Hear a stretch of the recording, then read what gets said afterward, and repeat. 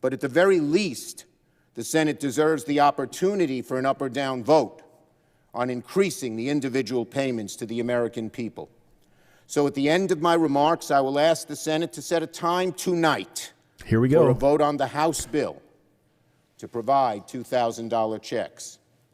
The Republican leader objected to a similar request I made yesterday, and it appears he may be considering a different bill that packages stimulus checks with other unrelated and partisan policies. So I want to be very clear about one thing. There is no other game in town beside the House bill. The only way to get to the American people the $2,000 checks they deserve and need is to pass the House bill and pass it now. The House is recessed for the year. Any modification or addition to the House bill cannot become law before the end of this Congress. It's a way to kill the bill. Make no mistake about it. Either the Senate takes up and passes the House bill, or struggling American families will not get $2,000 checks during the worst economic crisis in 75 years. Over the past few days, the idea of increasing direct payments to the American people has united folks from all points of the political spectrum. And I salute the senator from Vermont for the good job he has done in bringing this forward to the American people's attention. An overwhelming bipartisan majority in the House supports the $2,000 checks.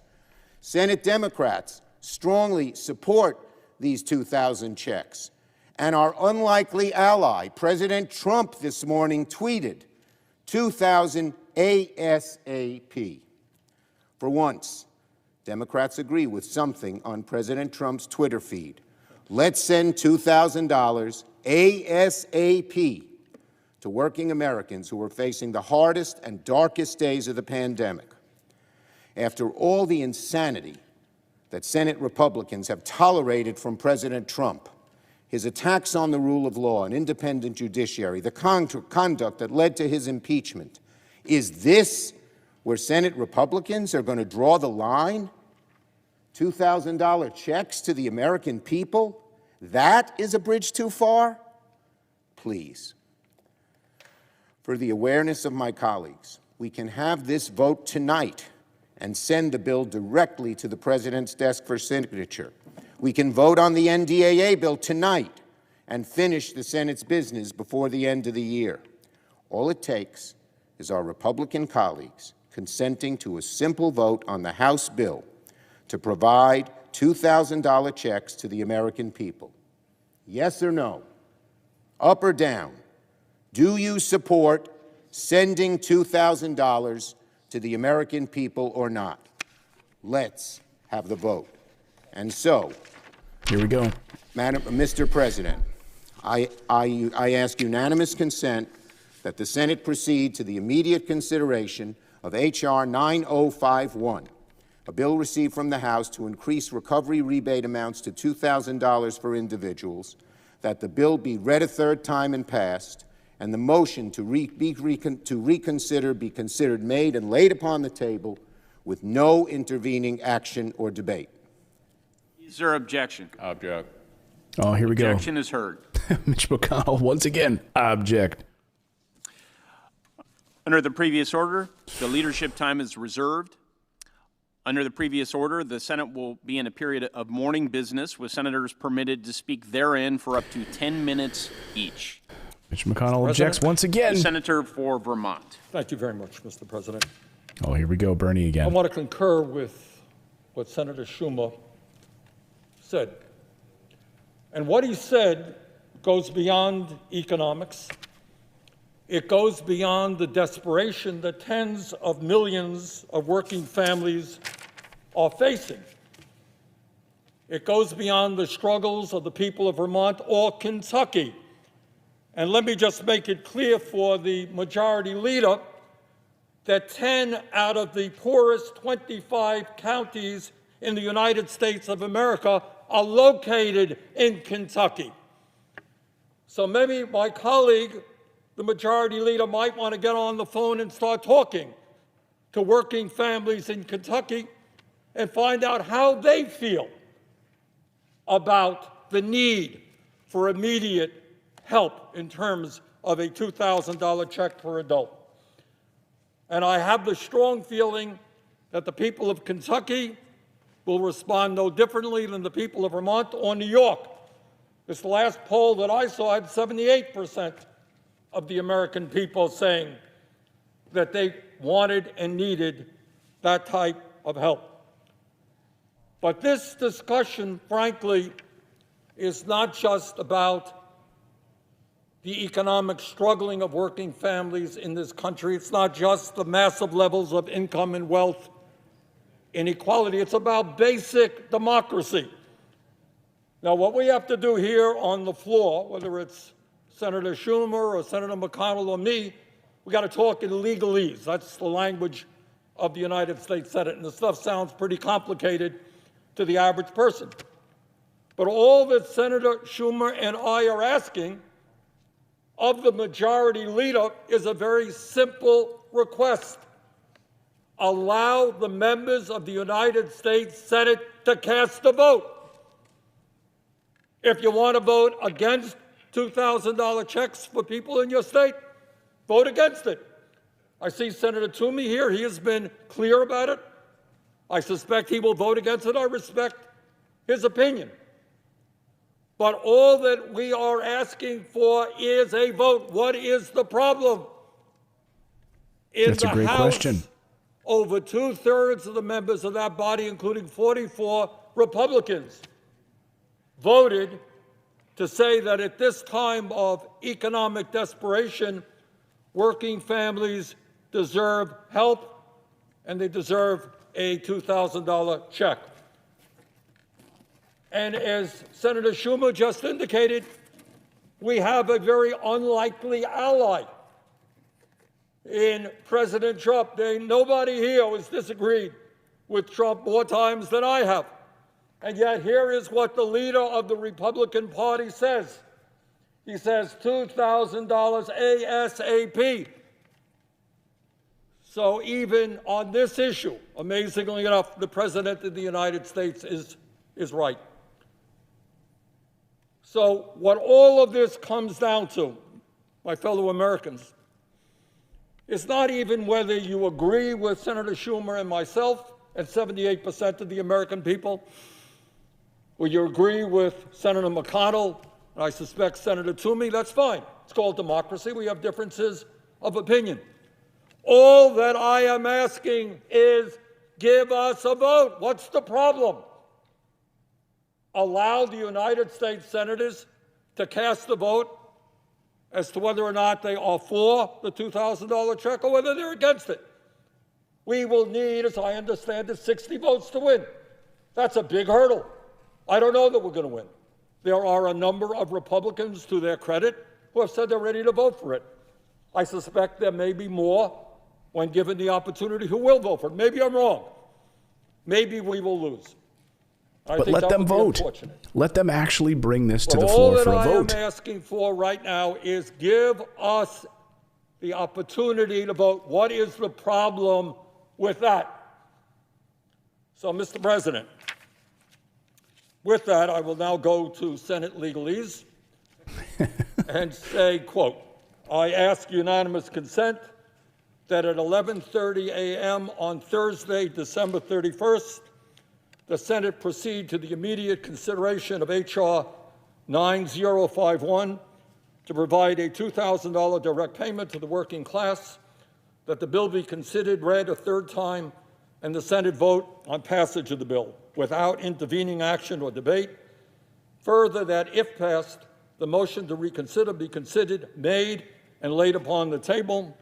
Further, that immediately following the vote on H.R. 9051, the Senate proceed to the immediate consideration of the veto message on H.R. 6395, that the Senate immediately vote on passage of the bill, the objections of the President to the contrary notwithstanding, with no intervening action or debate. Will he object? Is there objection? Mr. President. The Senator for Pennsylvania. Mr. President, reserving the right to object. Oh, here we go. Pat Toomey. Let me start by pointing out we are not in the same place that we were in back in March. Let me rip off my glasses. Our economy is in nothing like the situation we faced during a moment in March when this body came together and voted unanimously, I believe, for the most extraordinary aid package, financial stimulus bill, Senator Pat Toomey from Pennsylvania, in the history of the world by far. Remember where we were. Telling us all that we are fine now. As he said this 3 times over the past few days. We are fine. We're totally different. We're totally different. We're totally fine. Governments around the country decided they had to close it down. We can discuss, we can argue about whether that was a good decision or not, but given the limited knowledge we had about the nature of the COVID-19 threat, it was deemed to be the right thing to do. So we were on the verge of having no economy. That's never happened before in our history. So what did we do? We decided this calls for extraordinary measures, and we would try to use federal dollars as a substitute for the economy, just replace lost income on a massive, unprecedented scale, and we did. Almost $3 trillion we approved in that legislation. At the time, we included $1,200 per person. You could make an argument that that was an extremely inefficient use of those $1,200 per person, but at the time, given the circumstances, yeah, I went along with it because, you know, we didn't have my wife probably told me, options, hey, are you a cold-hearted son of a bee that you're not even going to pass $1,200 checks so for where the are American we now? People? We passed $3 trillion for businesses. Free fall. Our economy is in a recovery. And I went along with it reluctantly. You know, I saw some people down on food lines, and I thought, all right, maybe I'll just pass $1,200 stimulus checks for these poor sons of bees. In that direction. The economy grew at 33% last quarter. Oh, why is that? Oh, you know why? Because people spent money. Recovery that is underway. More than half of all the people who lost their jobs earlier this year have regained their jobs. So we're not finished yet, but that's a huge step along the way.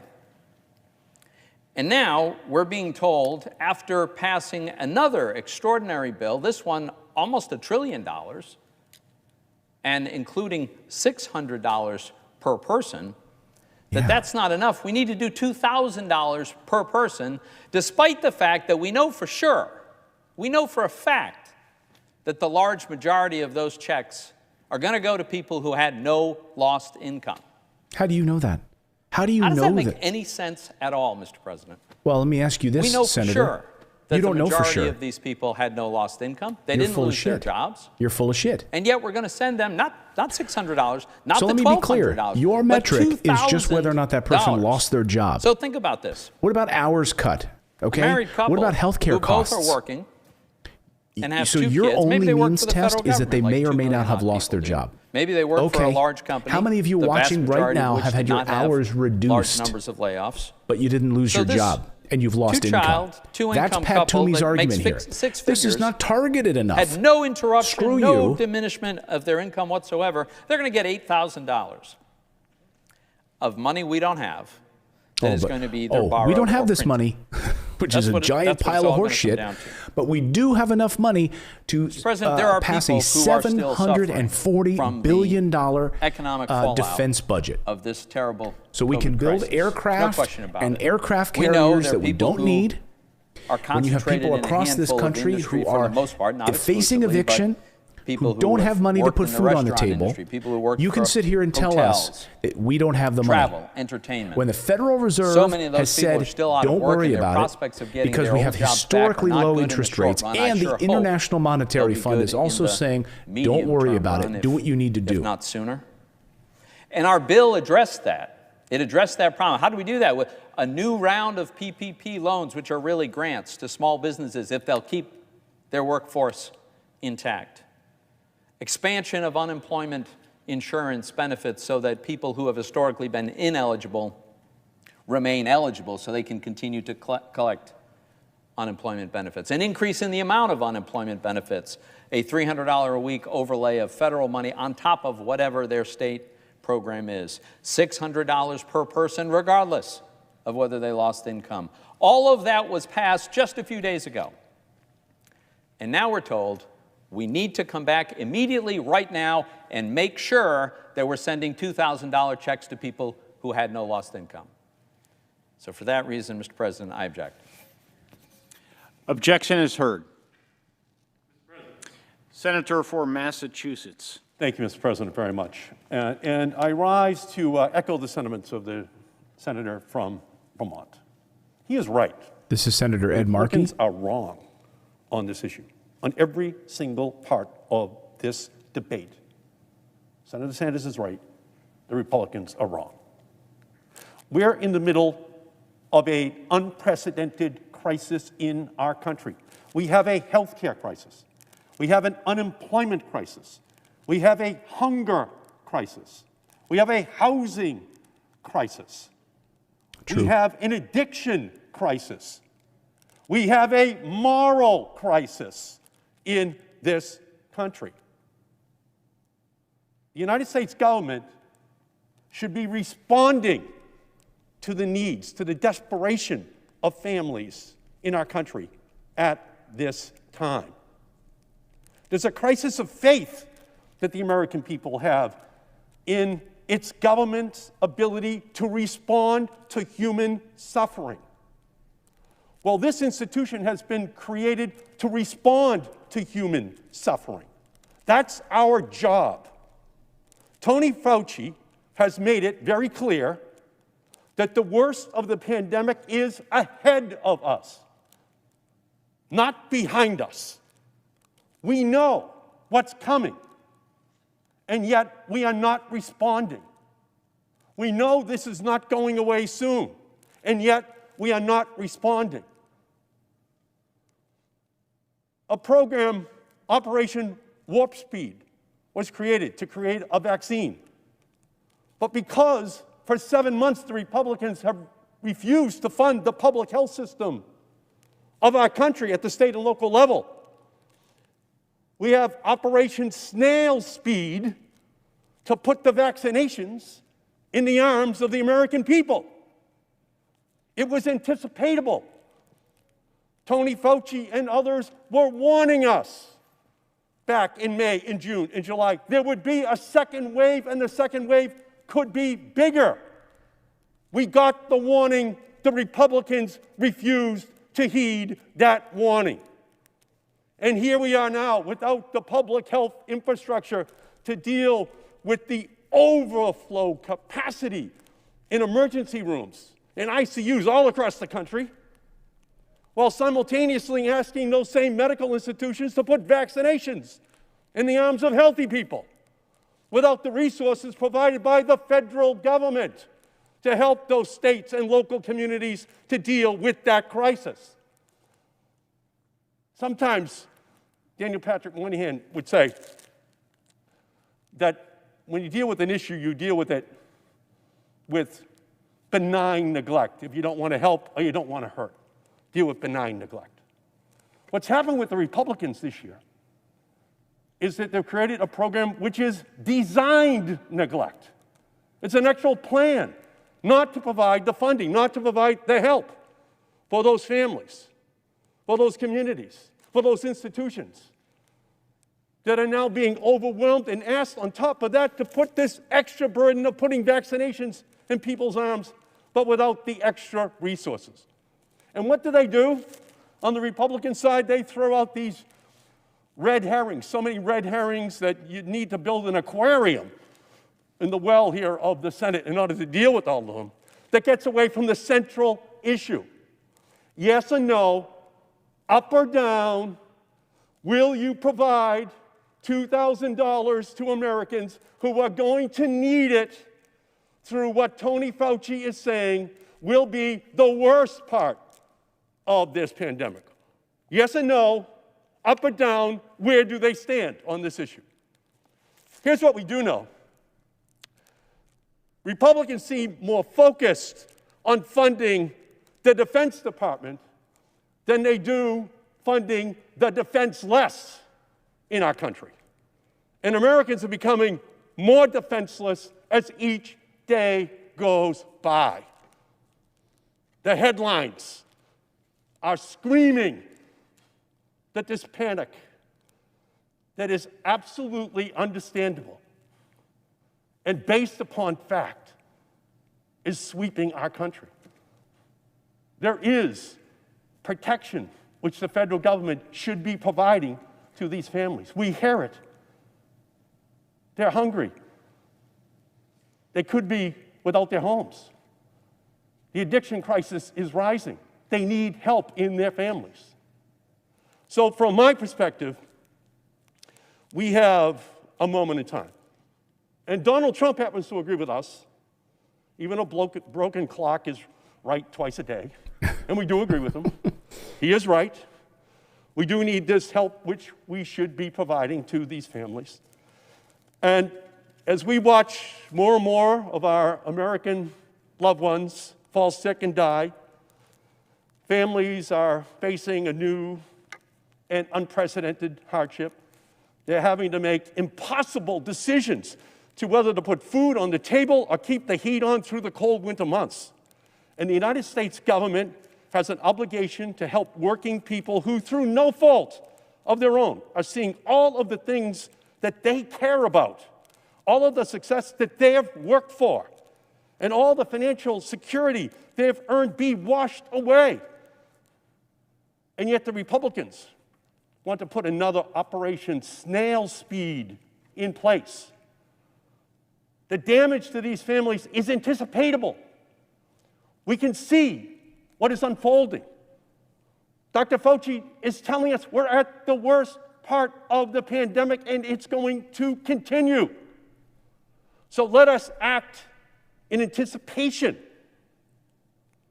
Louis Pasteur used to say that chance favors the prepared mind. That is what Dr. Tony Fauci is telling us. Let us prepare. Let us help families prepare for what is about to arrive. This is Senator Ed Markey of Massachusetts, Democrat. 21,000 new people applied for unemployment insurance in the week before Christmas. Food banks across Massachusetts, across the country, are seeing double-digit increases in demand with families who never faced food insecurity before. People are literally starving, cold, and without homes. And meanwhile, the majority leader and Republican leadership would rather head home for the new year and ignore the financial and health crises that are taking a toll on our families. For millions of Americans, this will be a New Year's holiday where they won't know if they can put food on the table that night. Republicans are claiming that giving $2,000 in direct cash payments to working Americans would be too expensive, that it would inflate our national deficit, that our budgets are already bloated. I have to ask, though, where was this outrage when Republicans blew up our national deficit to give a $1.5 trillion tax cut to billionaires and corporations? These are the crocodile tears from the right as Americans are shedding real tears, thinking about where their next meal will come from. The eviction notice on the front door, of losing health care in the midst of this crisis. And Americans are actually tired of being told that $600 is, quote, sufficient as an amount of money, as relief, as billionaires receive their tax breaks and grow their wealth by the trillions of dollars during this crisis. The rich get richer, and the rest are there, left suffering. They've had enough of being told that there just isn't the money for support for the well-being of their communities when they can see tax breaks going to those companies that are actually laying off workers. And Americans are tired of being let down by their government time and time again as Donald Trump and his Republican allies have abandoned them during this response to the pandemic. Americans need support. They need to be able to trust their government, and they need $2,000 now. So that's the issue. Yes or no, up or down, on providing $2,000 to Americans to help them make it through the worst part of this crisis. So, Mr. President, I ask unanimous consent that at 12:30 p.m. on Thursday, December 31st, the Senate proceed to the immediate consideration of H.R. 9051, a bill to provide $2,000 direct payment to the working class, that the bill be considered read a third time and the Senate vote on passage of that bill without intervening action or debate. And further, that if passed, the motion to reconsider be considered made and laid upon the table, and that immediately following the vote on H.R. 9051, the Senate proceed to the immediate consideration of the veto message on H.R. 9395, that the Senate immediately vote on passage of the bill, the objections of the President to the contrary notwithstanding, with no intervening action or debate. Is there objection? Mr. President. The senator for Texas. Oh, Reserving Cornyn. the right to object, Mr. President. Oh, man, they're all coming out. Speaker Pelosi's second bite at the apple. So that's Senator Cornyn of Texas. So the first objection came from Republican Senator Pat Toomey of Pennsylvania. This objection now comes from Senator Cornyn of Texas. No, we're not going to vote for $2,000 stimulus checks. No. We only prefer big business. By the way, here's a guy, Senator Cornyn, who supported, along with Senator Ted Cruz, billions of dollars for oil, gas, and fracking companies. Oh, I'm sorry, Senator. I interrupted you. Just after we voted on a $900 billion bill that's now been signed into law by the President of the United States is not the way to send relief to the hardest hit Americans. Under this legislation, a family of 5 with an annual income of $350,000 would receive a stimulus check. This is reminiscent of the HEROES Act that the House passed, which cut taxes for millionaires and billionaires. This isn't about helping the people that need it the most. This is about helping millionaires and billionaires and people who, frankly, have not suffered the hardship economically that others have during this pandemic. Are you saying that with a straight the median face? household in my state is $60,000. You're upset about helping And the Speaker billionaires? wants to send taxpayer-funded assistance. Really? You're going to say that with a folks straight earning face? nearly You've made an 6 entire times that career much. out of helping millionaires and Even billionaires. the Washington Post editorial board agrees this is bad policy. And it doesn't differentiate between people who've been receiving a paycheck during this pandemic, like government employees, and people who simply by virtue of their job have been put out of work and not receiving any income or maybe at best unemployment compensation. The Speaker's bill isn't about targeting folks who've lost their jobs or seen their income reduced. It's a far cry from the additional assistance President Trump requested for the hardest hit Americans. The reality is this bill would spend roughly $300 billion more on folks who aren't even experiencing a financial strain from the pandemic. Yeah, how do you know that? We need to focus on the people who've been hurt. That's what our COVID-19 relief bill that was just recently signed into law is designed to do. And I dare say this is not going to be the last time we visit this topic. If there's more we need to do, I'm confident we will do it. But today and this way is not the right way to do it. I object. Objection is heard. The senator for Illinois. Mr. President, I've listened carefully and watched 3 occasions on the floor of the Senate this afternoon. All right, Senator Dick Durbin from Illinois going to speak in a second here, but I have to say, Senator Cornyn of Texas, what a blowhole that has been. What you just said is a total pile of garbage. And again, this idea that we're just throwing $300 billion at billionaires, you literally just said this additional money would go to billionaires and millionaires. And in the same breath, you said that a family of 5 making $300,000 would receive this money. And you said this would be a stimulus for millionaires. Okay, you just said that the family of 5 makes $300,000, which, of course, is another one of your fake talking points.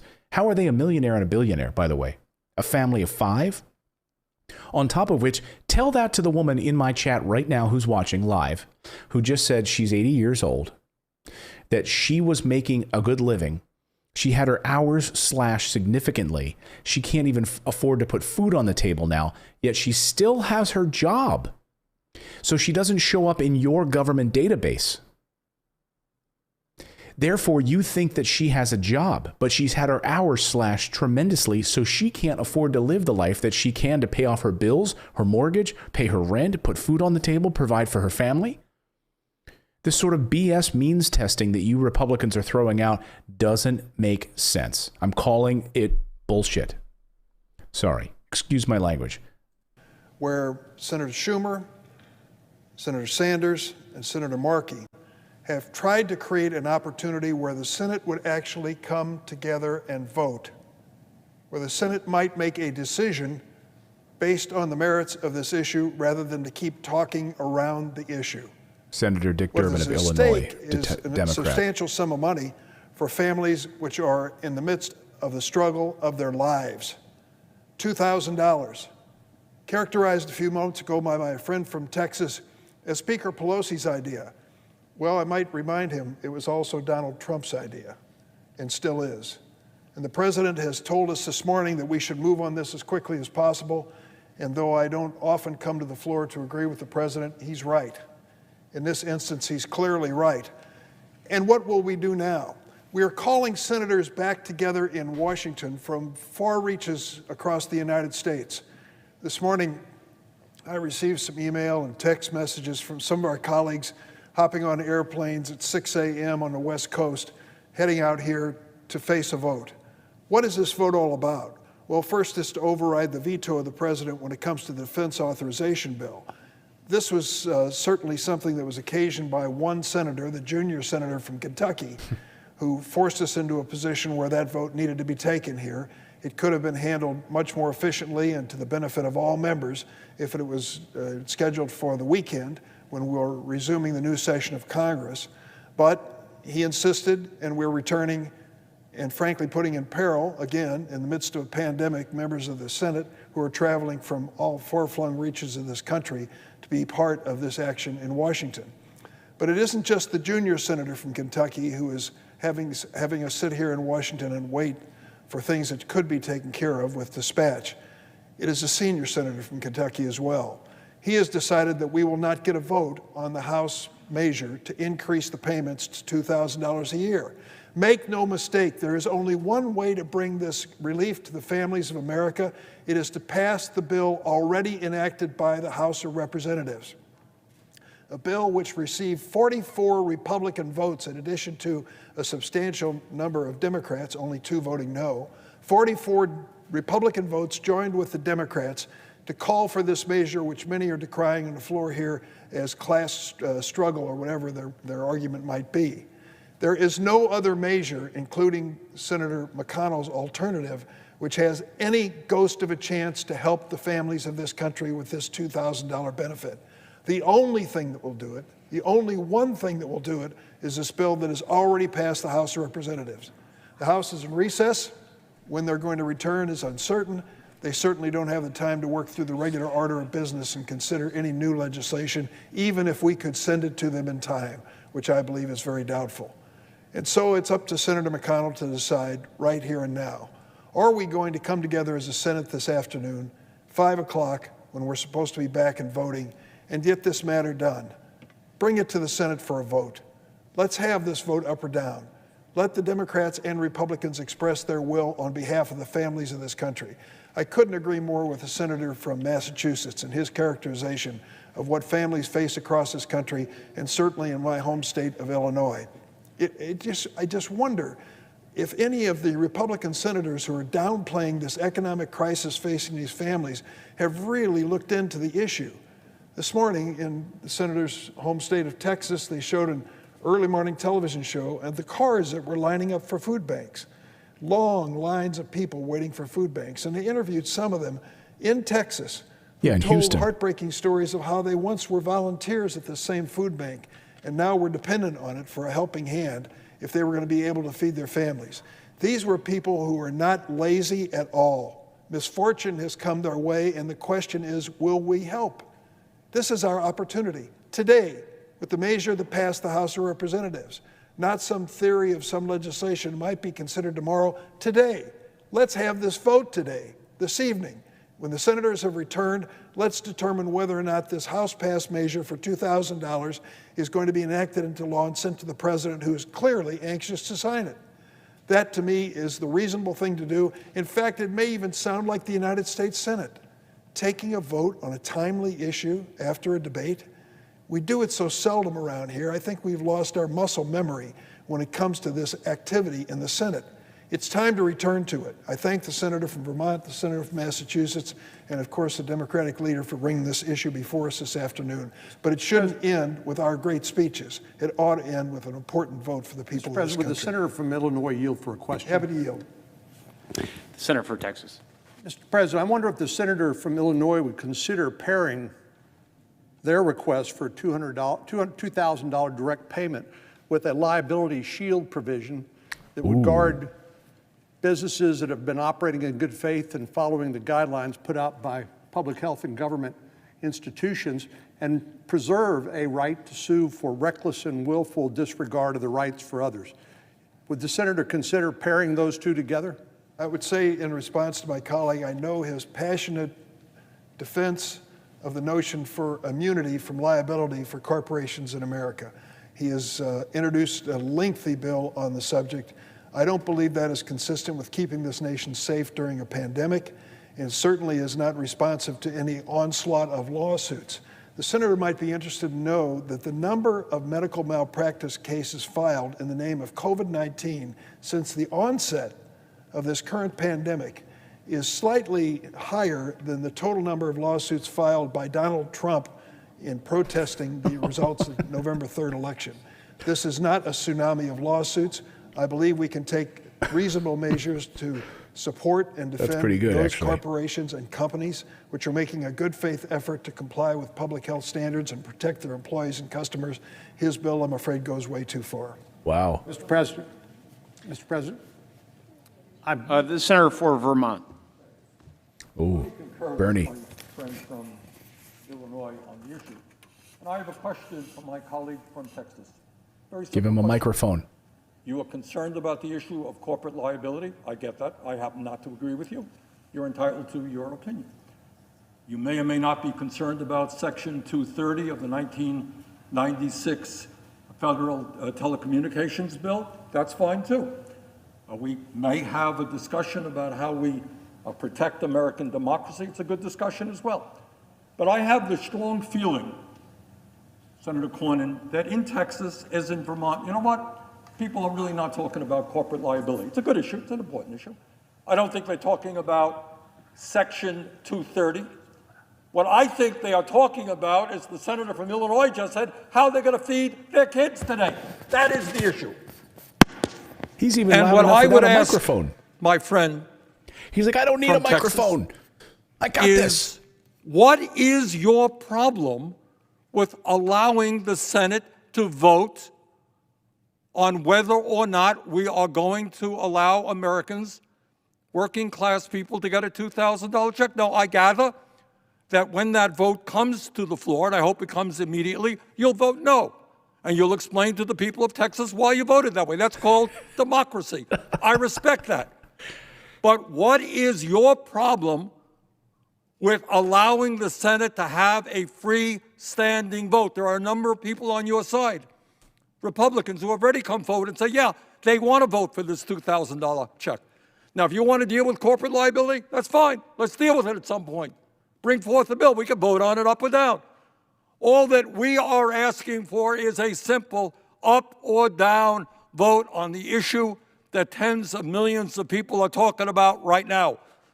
Will they survive economically in the midst of this terrible pandemic? So I ask my colleague from Texas, what is the problem with allowing the U.S. Senate to vote on the bill passed by the House? And I yield to my colleague from Texas. Mr. President. This is Bernie Sanders Senator asking for Texas. John Cornyn. Mr. President, I would say to our colleague from Vermont, I have no problem with providing assistance, whether it's to public health officials who are trying to struggle with this pandemic, or to provide money for the research for therapeutics or vaccine, which fortunately is now being distributed around the country. I have no objection to direct payments to individuals. I voted for the $1,200 direct payment contained in the CARES Act. I voted for the additional money that's provided for in the most recent COVID-19 legislation. But this legislation that the senator from Vermont is advocating would benefit households with annual income over $350,000. They would get this money. And I would say that one way to deal with this, because of course we negotiated back and forth on the last COVID-19 bill, nobody got everything they wanted, but if our colleagues on the other side of the aisle want an additional financial benefit to people making up to $350,000, why not couple it with liability protection for people who are acting in good faith? This isn't just about corporations, and our colleagues across the aisle know. Of course it is. This is about schools. This is about churches, synagogues, mosques. This is about every business that's worried that a game of gotcha is going to take place and they're going to end up paying the price. Even if they win the lawsuit, they will not be able to.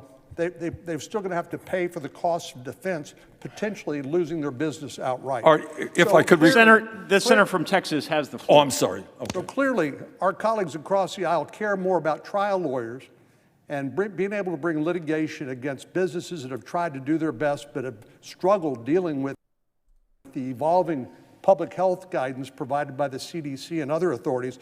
Clearly, if they're not interested in engaging in a negotiation where people who, through no fault of their own, find themselves victimized by frivolous litigation, then we'd have no alternative but to continue to object to this request. President, the senator for Vermont. If you listen carefully, you understood that my friend from Texas did not answer my question. He has a concern about corporate liability. It's a legitimate debate. You know what? Bring it to the floor. Let's vote it up or down. I will vote against it. You will vote for it. But I asked you a very simple question, not linking things together. Nobody in the real world understands that stuff. That's inside the Beltway stuff. What people in the real world know, and I want to take a moment to read some of these statements, because we have a lot of people on our social media, and we asked the American people, just the other day, we said, tell me, what would a $2,000 check mean to you? What's going on in your lives? And in just over 24 hours, I would say to my friend from Texas, nearly 6,000 people responded. And here is just what a few of them had to say. And we don't have, this is Twitter stuff, so I don't have their names here, and I wouldn't use it publicly anyhow, but this is what they say. One person writes, $2,000 is the difference between keeping our apartment and being evicted. Here's another. $2,000 means I can afford to feed my 3 kids.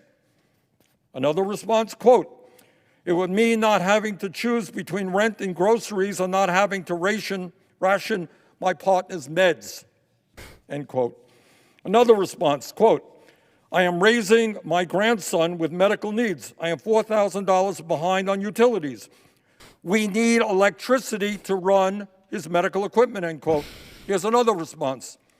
$2,000 would mean I wouldn't have to worry about making my mortgage payment this month and that I could get my medication, end quote. Another response, $2,000 would mean paying my rent and getting life-saving treatment because I can't afford the $50 copay through my work insurance just to see my neurologist right now, end of quote. And on and on and on, thousands of people responding. So I want to get back to the point, and I want to again ask my friend from Texas. You got a concern about corporate liability? Good issue. Bring it to the floor. Let's vote on corporate liability.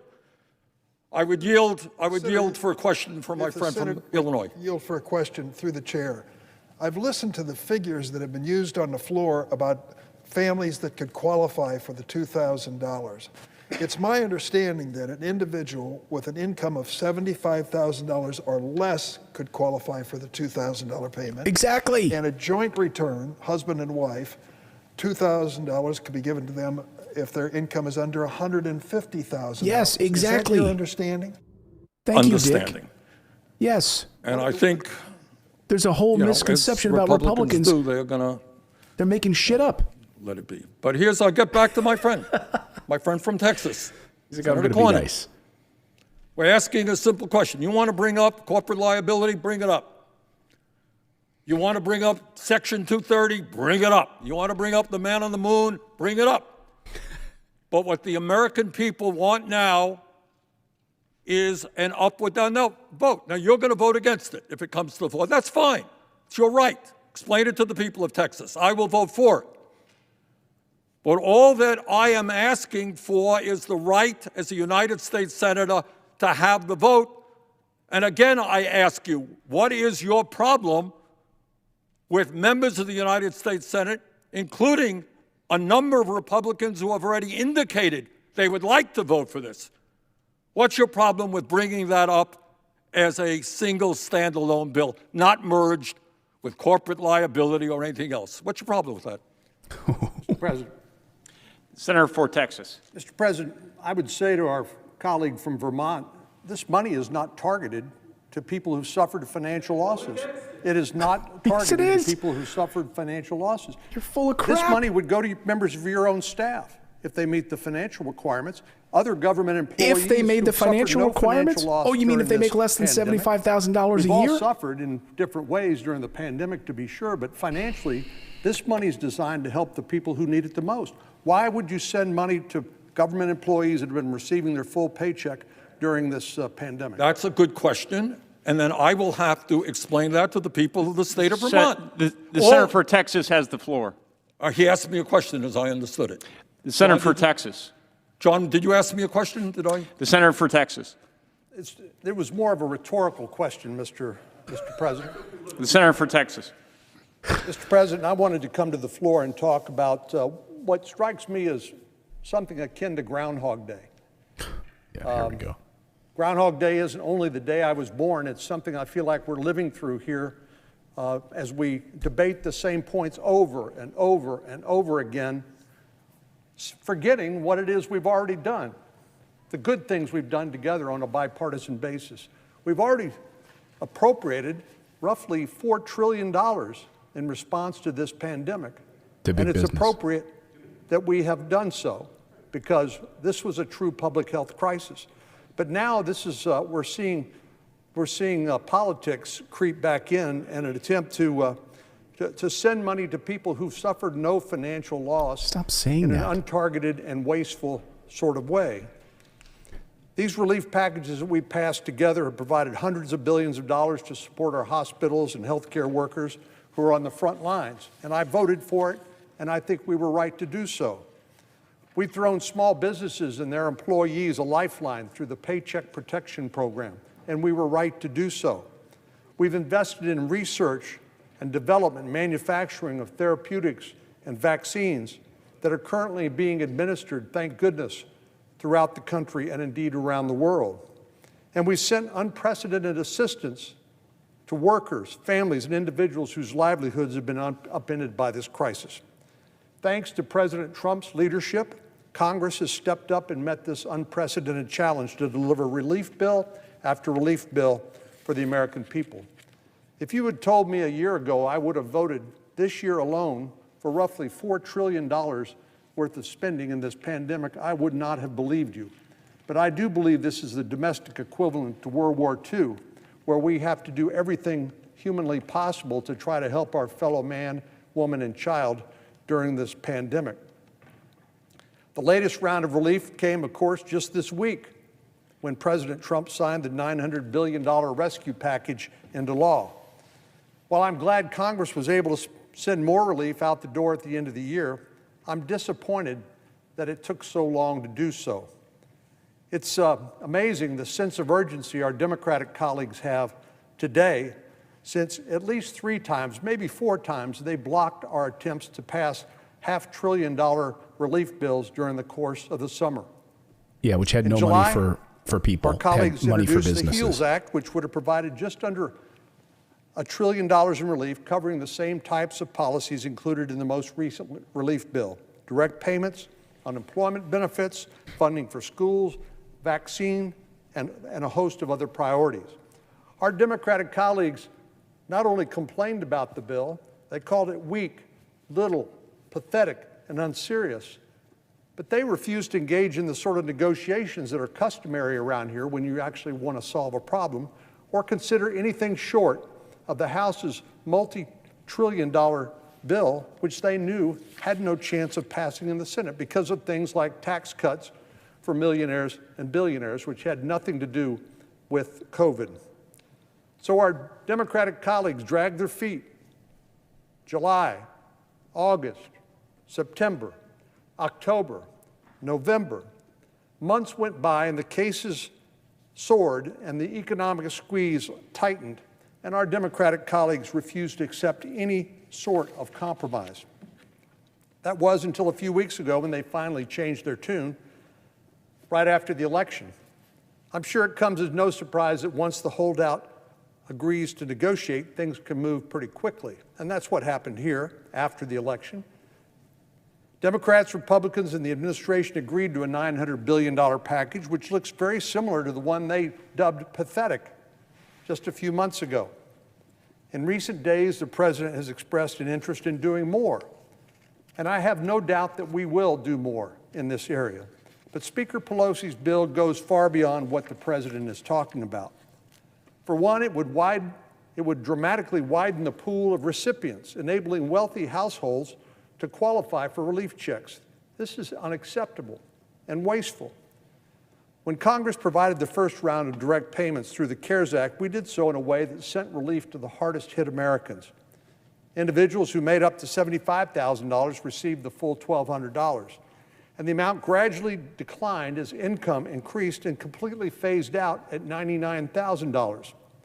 We kept the same formula for the $600 payments provided for under the omnibus and further targeted the relief. Once again, those who made up to $75,000 will receive the full amount, and the amount phases out completely at $87,000. Under the CARES Act, a family of four earning up to $150,000 received $3,400. In the most recent rescue bill, the same family would receive an additional $2,400. This was the most effective and targeted way to ensure that assistance goes to those who actually need it, while avoiding sending taxpayer dollars, borrowed, I might add, to those who don't. The House passed legislation would provide $2,000 payments, but it doesn't have a similar structure to keep these payments targeted. Let me give you an example. If this bill were to become law, a person making $100,000 a year would receive a $750 check from the federal government, whether or not they lost income during the pandemic. This isn't someone who used to make that much but was laid off or had a reduction in their income. Someone who's currently earning a six-figure salary would receive an additional $750 from American taxpayers. For families, the income barrier goes higher. As I mentioned a moment ago, if you have a family of five with an annual household income of $350,000 a year, that family would receive a stimulus check under the House-passed bill. Now, that's not being smart with taxpayer dollars, and that's not targeted at the people who actually need it. That's a giveaway to people who have not suffered any financial losses during this pandemic. That's a lie. And clearly not targeted at those who need the most help. I mentioned a moment ago that the median income for households in Texas is $60,000 a year. So this family of five is earning nearly 6 times as much and would still receive a check from taxpayers. That defies all common sense. Oh, does it? Were you okay when you sent $740 billion to defense contractors? You send $4 trillion to big businesses in Wall Street and hedge funds? That defies logic, does it? Even though Congress has already provided roughly $4 trillion in relief to the American people, our Democratic colleagues are acting as though this is the first and only way to help our country. Like I said, for them, every day is Groundhog Day. They ignored everything we've done in the past and act like this is the only thing we have or could do. It's just not true. This debate isn't about whether or not Congress should help families who are struggling. We have, and there's no question we'll continue to do so where needed. That's why we provided $1,200 in direct payments to the hardest hit Americans through the CARES Act and an additional $600 through the most recent relief bill. That's why these bills also bolstered state unemployment benefits and expanded them to include independent contractors and self-employed. That's why Congress has passed legislation to provide food assistance to families, keep more hardworking Americans on the payroll, and ensure our economy is on track for a strong recovery. Again, we did this thanks to the leadership of President Trump and by working together in a bipartisan way. Countless Texans have told me about the impact of this relief on their businesses and their families, and we can't lose sight of the progress that has already been made. But future relief must be targeted. We need to support those who need it and avoid sending hundreds of billions of dollars, as this proposal would, to those who don't need it. Throughout the year, I've been an advocate for an incremental approach to these relief bills because I think it's hard to spend $3 trillion and know exactly how that bill is going to work. And indeed, we found out through the CARES Act that the Main Street lending facility, which we funded at roughly $500 billion, it wasn't as useful as we would have hoped. Conversely, the Paycheck Protection Program was more successful than our wildest dreams. And so I think by seeing what works and what doesn't work, we can be better stewards of the taxpayer dollars by spending the money more efficiently and in a more targeted way. This isn't like highway bills or farm bills or defense spending bills where we have an idea about what's needed for individual programs. There was no precedent for this pandemic, no handbook, no clear way to gauge how long this crisis would go on or what would be needed. People want to know who this is. This is Senator John Cornyn, Republican of Texas. How many of you watching right now are from the great state of Texas? Here is a man telling you that you should not receive stimulus checks. But he was fine in doling out billions of dollars for big businesses and oil companies and fracking companies, et cetera, et cetera. But when it comes to you, the American people, $350 billion was obligated under the Paycheck Protection Program. We can't hand out $2,000 checks, and he keeps throwing out a number that over $300,000 family. No, it's $75,000 would be the targeted approach to this. $75,000. We extended the program in July and reinvested. So Senator Cornyn making the case for why we cannot vote for this. No stimulus checks for you that reach $2,000.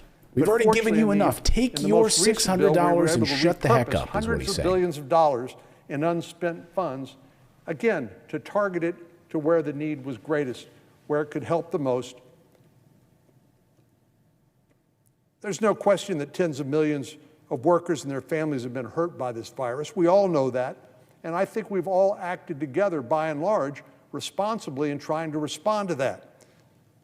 No one will be left out if we have a means and method of targeting this to those people, whether it's direct payments, enhanced unemployment benefits, incentives to their employer to maintain them on payroll. And now that we have the beginning of the distribution of the vaccine, my hope is that in the coming months, we will get back to, if not the new normal, whatever the next normal will be. But we're just a few days from kicking off a new Congress, and I have no reason to believe that our coronavirus relief work is finished here today.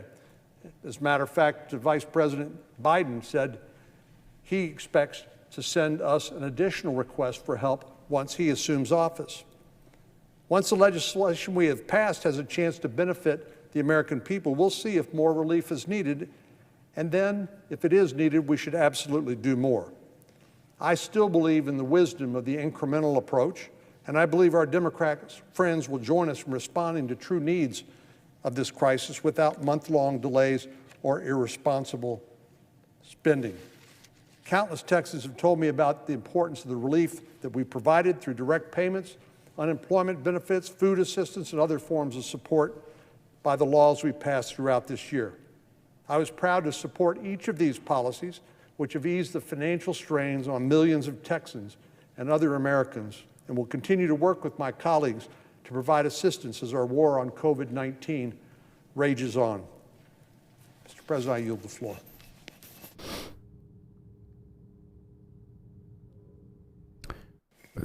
That was Senator John Cornyn, the 74th richest member of Congress. Senator for Ohio. Thank you, Mr. President. I've heard a lot of revisionist history this afternoon. Look back in March. This is Sherrod Congress Brown did the right from thing. Ohio, The if I Senate can voted unanimously. think. Because of our efforts, 13 million Listen to his people were voice. kept out of poverty. We know that because we did relatively generous unemployment insurance. We did the direct payments. We helped with small business loans. But then this Senate thought its work was done for the year. We begged Senator McConnell month after month after month to come back and help. As I said, 13 million people were kept out of poverty because of the work this Congress did in March of this year. But now, since many of these benefits, especially the unemployment benefit and the direct payments were not continued, of course, those benefits expired in August, and we have seen 8 million people drop into poverty in this country since. And yet this Congress, Senator McConnell refused and refused and refused. I hear this revisionist history that Democrats just want to help people that are already affluent, give them more money. Well, remember back in March, the only amendment that we considered, the only amendment that Senator McConnell allowed on the floor of the Senate to the CARES Act, the only amendment was to take away the $600 a week unemployment insurance. The only place Republicans fought was the $600 a week unemployment insurance. That, more than any single thing we did, is why people were kept out of poverty. Now, the best we could do was $300 a week unemployment insurance, the best we could do. And Senator McConnell, in spite of Senator Cornyn and others' comments, Senator McConnell waited. Finally, we were able to do it. The President of the United States threatened to veto it, causing millions of Americans to fall off their unemployment insurance. I mean, we know all that. It's just important to remember all that. But there's one simple question before the Senate this week: are we going to put more money in people's pockets? The American people made it clear on Election Day they want a government that's on their side. This is our chance to deliver for them, to show people whom we serve that we can make a real difference in their lives, which we did back in March. It's pretty simple. The best way to help Ohio workers and families is to put more money in their pockets, not in the bank accounts of the largest corporations and the biggest banks, hoping it will trickle down. We know it never does. The CEOs just pay themselves instead. We know, Mr. President, just recently, more good news for America's CEOs who are able again to do stock buybacks, more dividend distributions. So you're watching Sherrod Brown right now from Ohio. During more power to them during this battling pandemic. Back and forth with other members of the Senate. To get the big Let me just sort of bring you up to speed on where we are at this hour. Instead, directly invest. Senator Mitch McConnell, the Senate Majority Leader, speaking just a short time ago, saying, here's the deal. Here's the deal, he said. He said, the Senate is not going to split apart the three issues that President Trump linked together: $2,000 checks, voter fraud commission, and repealing Section 230. So that's where the Senate is here today on December 30th. They can argue all they want back and forth, but as Senator Cornyn objected, Mitch McConnell objected, and Senator Pat Toomey of Pennsylvania objected, they're not bringing this to the floor for an up or down vote. They're going to link these things together, which makes it a non-starter for Democrats. It also makes it illegal. If you were joining me earlier, and I pointed out, of course, that you cannot bring these things to the floor of the House, floor of the Senate, that legislatively it's illegal for you to bring to the floor of the Senate a vote on the IRS tax code. That's called a blue slip. That has to happen over in the House of Representatives. They control the tax code revenue. Any changes to the tax code need to happen in the House of Representatives. So when Mitch McConnell brought that to the floor of the Senate, I don't know where his head is at. He has to know that it's illegal. It would have been thrown out by the Supreme Court. The Senate does not have the power to make changes to the IRS tax code. And yet he brought that to the floor of the Senate, combining all of these things together. And so that's where we are, according to Mitch McConnell at this hour. The Senate is not going to split apart these three issues that President Trump linked together. He's not going to split them apart. That's where we're going to stand right now. At this hour, Mitch McConnell is going to continue to drag this on, hoping for this veto vote. But Mitch McConnell, or Senator Bernie Sanders from Vermont, not going to allow them to have this veto vote on the Defense Authorization Act. And it looks like they're going to be working through the new year. And he's going to force these senators to stay there in order to have this vote. It's pretty gutsy. I don't know if it's going to get anywhere. Will Mitch McConnell back down? President Trump tweeting just moments ago saying, look, $2,000 checks ASAP. So the president is putting the pressure on Mitch McConnell. He's already called them weak. So there's this battle emerging between Mitch McConnell and President Trump. Again, it all comes down to Georgia. And at this hour, if these Georgian senators cannot get these $2,000 checks through in Georgia, President Trump knows exactly what he's doing. He could be throwing Mitch McConnell under the bus so that he loses the majority leader job because of the loss in Georgia. That's exactly what he's doing. Make no mistake about it. So that's the hill that he wants to die on right now. Mitch McConnell could bring this for an up or down vote and let senators vote on it.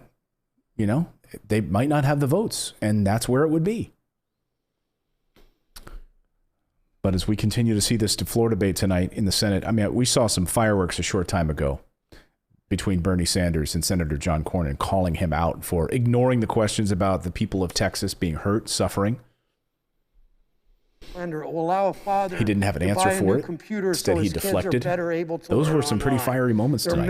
I mean, that was it almost felt like a British Parliament debate back and forth. I'm going to ask you a question. All right, I'll ask you a question. So let's be clear about the we don't usually get to see that on the floor today of the Senate. and this week before the Senate. We did get to see that tonight. We serve $2,000. So Bernie Sanders standing his ground on this. Senator Ed Markey of Massachusetts standing his ground. You're seeing Sherrod Brown of Ohio right now speaking, if I'm not mistaken, with his curly flock of hair. I note the absence of a quorum. And he yields his back. Let's see who else will speak.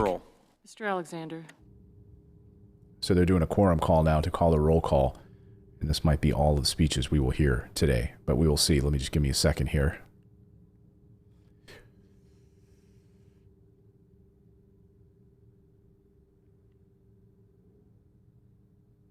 Yeah, this might. So you're looking live right now at the Senate floor where we heard some fiery speeches just a short time ago, most notably, of course, from Senator Bernie Sanders of Vermont, taking on Senator Cornyn and Mitch McConnell, really destroying them tonight, where they couldn't even answer questions back to him and ignored his questions, saying, have you not, by the way, seen all of the people in food lines, in food banks in the state of Texas? Wrapped around city blocks. We've covered it here on the show. People in Houston, in their cars, waiting hours, trying to get out there at 5 a.m. just to get food. What about you right now? Let me know in the chat. Let me know, all of you watching live, how would this transform your life to have $2,000? What would it mean for you? Be honest. Would it be able to put food on your table? Would it be able to pay off some debt that you incurred because of COVID? Maybe, yes, you still have a job, but maybe you've had your hours dramatically reduced. And so Senator Cornyn, Senator Pat Toomey of Pennsylvania would say, well, it's not targeted because this person still has their job. That's their only means test. Is, oh, this person still has a job. But they don't know that you've had your hours reduced. They don't know that you have mounting medical bills. They don't know that you've incurred incredible amounts of debt. They don't know that one of your partners or spouse has had to leave their job to stay home to take care of the kids for virtual learning. They don't know that because they don't care. They don't care. If you're new here to the channel, we do this show live every morning at 9 a.m. Eastern Time. We are a progressive morning news show, so we do this show every morning at 9 a.m. Eastern Time live. I hope you'll join us. You can subscribe right here. Just tap the little Santa hat if you're watching us right now on YouTube. Just tap the little Santa hat and hit subscribe. I would love to have you join us every morning. We've been doing these live sessions in the afternoon and evenings with this breaking news through the new year. So thank you so much for joining us this evening. You were looking live at the Senate just moments ago, where this incredible floor debate, we'll have a recap on this a little bit later tonight. Senator Bernie Sanders throwing some firebombs at Senator Cornyn and Pat Toomey of Pennsylvania. It was good. It's the most fun I've had watching the Senate in a while. I will say that. I saw some people saying here in the chat, this is better than a movie. Yeah, except it's true, and people's lives are on the line right now. And we get to see who the cockroaches are, who scurry out of the woodwork now because we shine a light on them. We get to see people like Senator Cornyn, who has no problem sending trillions of dollars to big businesses, oil, fracking companies. So remember that if you're in Texas. Don't forget that when this election happens. Or in Pennsylvania, Senator Pat Toomey, who's not running for re-election. He can get up there and say that, heavens, why should we be sending money to people that, don't deserve it? But he was fined to send $3 trillion in the spring, and much of that money going to big businesses. He's fined to vote on a $740 billion defense budget, lining the pockets of defense contractors. So thank you so much for joining us. Again, please subscribe to the channel, and if I brought you any value at all, and please smash that like button. I appreciate that. And I apologize again for the early audio problems at the beginning of the show, the broadcast tonight. We were having some audio feed issues getting it from the Senate, so we had to get a separate feed.